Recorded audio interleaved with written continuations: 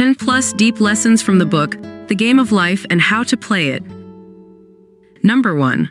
Most people consider life a battle, but it is not a battle, it is a game. It is a game, however, which cannot be played successfully without the knowledge of spiritual law.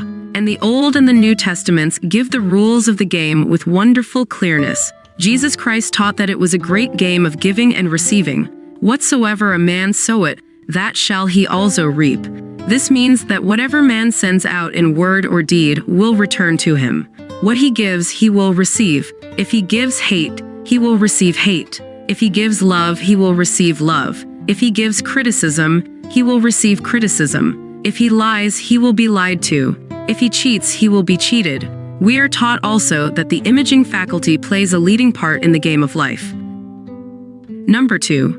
There is nothing too great of accomplishment for the man who knows the power of his word and who follows his intuitive leads. By the word, he starts in action unseen forces and can rebuild his body or remold his affairs. It is therefore of the utmost importance to choose the right words, and the student carefully selects the affirmation he wishes to catapult into the invisible. He knows that God is his supply, that there is a supply for every demand, and that his spoken word releases this supply. Number 3.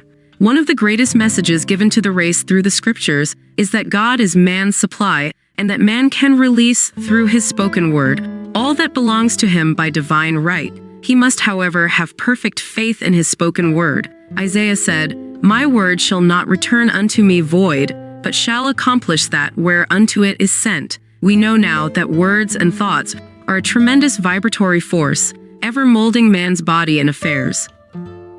Number 4. If one asks for success and prepares for failure, he will get the situation he is prepared for. For example, a man came to me asking me to speak the word that a certain debt would be wiped out. I found he spent his time planning what he would say to the man when he did not pay his bill, thereby neutralizing my words. He should have seen himself paying the debt. We have a wonderful illustration of this in the Bible, relating to the 3 kings who were in the desert without water for their men and horses. They consulted the prophet Elisha, who gave them this astonishing message. "Thus saith the Lord, Ye shall not see wind, neither shall ye see rain, yet make this valley full of ditches." Man must prepare for the thing he is asked for, when there isn't the slightest sign of it in sight. Number 5. Getting into the spiritual swing of things is no easy matter for the average person. The adverse thoughts of doubt and fear surge from the subconscious. They are the army of the aliens, which must be put to flight. This explains why it is so often darkest before the dawn. A big demonstration is usually preceded by tormenting thoughts. Having made a statement of high spiritual truth, one challenges the old beliefs in the subconscious, and error is exposed to be put out. This is the time when one must make his affirmations of truth repeatedly and rejoice and give thanks that he is already received. "Before ye call, I shall answer." This means that every good and perfect gift is already man's, awaiting his recognition. Man can only receive what he sees himself receiving. The children of Israel were told that they could have all the land they could see. This is true of every man. He has only the land within his own mental vision. Every great work, every big accomplishment has been brought into manifestation through holding to the vision, and often just before the big achievement comes apparent failure and discouragement. Number 6. A person knowing the power of the word becomes very careful of his conversation. He has only to watch the reaction of his words to know that they do not return void. Through his spoken word, man is continually making laws for himself. I knew a man who said, "I always miss a car.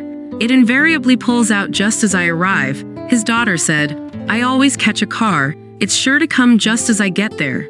This occurred for years. Each had made a separate law for himself, one of failure, one of success. This is the psychology of superstitions. The horseshoe or rabbit's foot contains no power, but man's spoken word and belief that it will bring him good luck creates expectancy in the subconscious mind and attracts a lucky situation. I find, however, this will not work when man has advanced spiritually and knows a higher law. One cannot turn back and must put away graven images. Continual criticism produces rheumatism, as critical, inharmonious thoughts cause unnatural deposits in the blood, which settle in the joints. False growths are caused by jealousy, hatred, unforgiveness, fear, etc. Every disease is caused by a mind not at ease. I said once in my class, there is no use asking anyone, what's the matter with you? We might just as well say, who's the matter with you? Unforgiveness is the most prolific cause of disease. It will harden arteries or liver and affect the eyesight. In its train are endless ills. Number 7. When man knows his own powers and the workings of his mind, his great desire is to find an easy and quick way to impress the subconscious with good, for simply an intellectual knowledge of the truth will not bring results. In my own case, I found the easiest way is in casting the burden. A metaphysician once explained it in this manner. He said, the only thing which gives anything weight in nature is the law of gravitation, and if a boulder could be taken high above the planet, there would be no weight in that boulder. And that is what Jesus Christ meant when he said, my yoke is easy and my burden is light. He had overcome the world vibration and functioned in the fourth dimensional realm where there is only perfection, completion, life, and joy.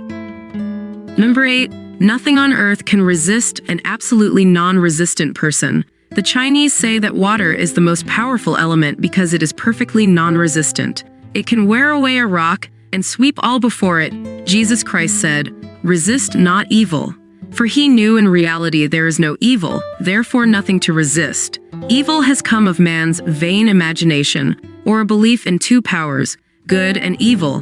There is an old legend that Adam and Eve ate of Maya, the tree of illusion, and saw two powers instead of one power, God. Therefore, evil is a false law man has made for himself through psychoma or soul sleep. Soul sleep means that man's soul has been hypnotized by the race belief of sin, sickness and death, etc., which is carnal or mortal thought, and his affairs have outpictured his illusions. Number 9. A metaphysician once gave me a wonderful recipe for taking every trick in the game of life. It is the acme of non-resistance. He gave it in this way. At one time in my life, I baptized children, and of course they had many names. Now I no longer baptize children, but I baptize events, but I give every event the same name. If I have a failure, I baptize it success, in the name of the Father, and of the Son, and of the Holy Ghost. In this, we see the great law of transmutation, founded on non-resistance. Through his spoken word, every failure was transmuted into success. Number 10. Instead of saying, divine ideas never conflict, the call will come at the right time, leaving it to infinite intelligence to arrange, I commenced to manage things myself. I made the battle mine, not God's, and remained tense and anxious. The bell did not ring for about an hour, and I glanced at the phone and found the receiver had been off that length of time, and the phone was disconnected. My anxiety, fear, and belief in interference had brought on a total eclipse of the telephone. Realizing what I had done, I commenced blessing the situation at once. I baptized it success and affirmed, I cannot lose any call that belongs to me by divine right. I am under grace and not under law. Number 11. Man receives only that which he gives. The game of life is a game of boomerangs. Man's thoughts, deeds, and words return to him sooner or later with astounding accuracy. This is the law of karma, which is Sanskrit for comeback.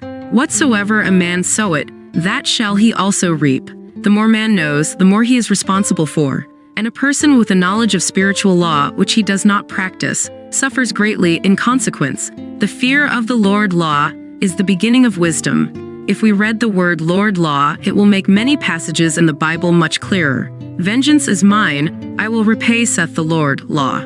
It is the law which takes vengeance, not God.